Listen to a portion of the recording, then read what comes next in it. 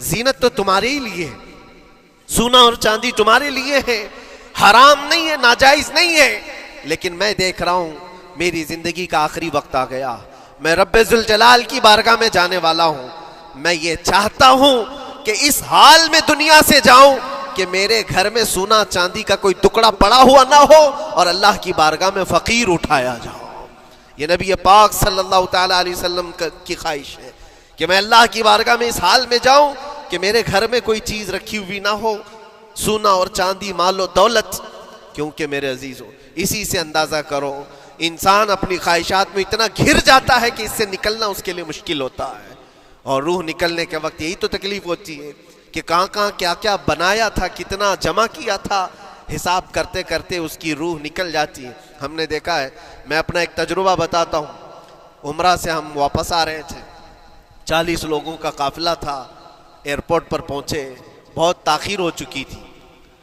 اور فلائٹ کا وقت بہت کم رہ گیا تھا، اور حاجی لوگ ماشاءاللہ جاتے ہیں تو خوب بھر بھر کر کے سامان بھی لیتے ہیں، کیا کیا سامان تھے سب کے پاس، اور ہمارا بار بار جانا آنا ہوتا ہے، میں کبھی کوئی زیادہ چیزیں رکھتا نہیں، ہم تو آگے نکلے، گروپ پورا تھا اور سارے لوگ سامان لے کر کھڑے تھے، وقت گزرتا گیا، فلائٹ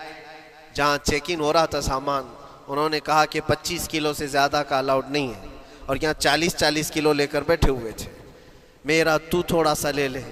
تیرا تو تھوڑا سا لے لے، ایک دوسرے کو پیش کر رہے ہیں، 3-4 لوگوں نے تو مجھے پکڑایا کہ آپ کے پاس سامان کم ہے مفتی صاحب، آپ تھوڑا سا ہمارا لے لو، جس کا لے سکتے تھے لے لیا۔ پھر اس کے بعد 1 گھنٹے سے کم ٹائم بچا تھا، انہوں نے کاؤنٹر کلوز کر دیا، میں نے دیکھا 20 سے 25 حاجی ایسے ہیں جن کا سامان بکھرا ہوا ہے، اور کیا لے جا سکتے ہیں ہاتھ میں، وہ بھی 7 کلو 8 کلو اتنا ہی تھا، ان کی خواہشات میں دیکھ رہا تھا، کوئی مسلح اٹھاتا ہے، کوئی کھجور اٹھاتا ہے، کوئی کہتا ہے نہیں میرے بچوں کے لیے کھلونے لیا تھا اس کو لے لیتا ہوں، وہ لے لو تو مسلح چھوڑنا پڑتا ہے،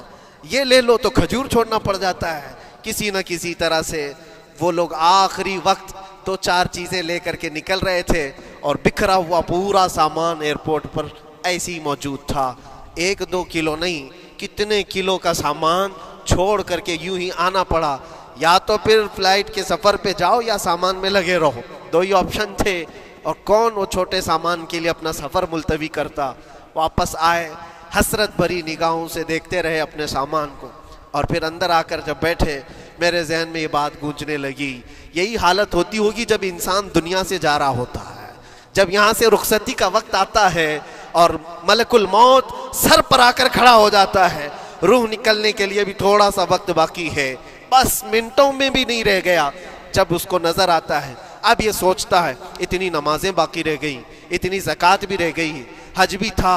اور بھی کچھ چیزیں کسی کے دینے کے باقی تھے، قرضے بھی تھے، کس چیز کی نصیحت کروں، کس چیز کی وصیت کروں، فلاں جگہ ایک گھر خرید کر کے اس کے ڈاکیومنٹ تو وہاں رکھا تھا، بیٹے کو بھی نہیں بتایا، بیٹی کو بھی نہیں بتایا، پتہ نہیں کس کے ہاتھ لگ جائے گا، یہ خواہشات گھومتی رہتی ہیں۔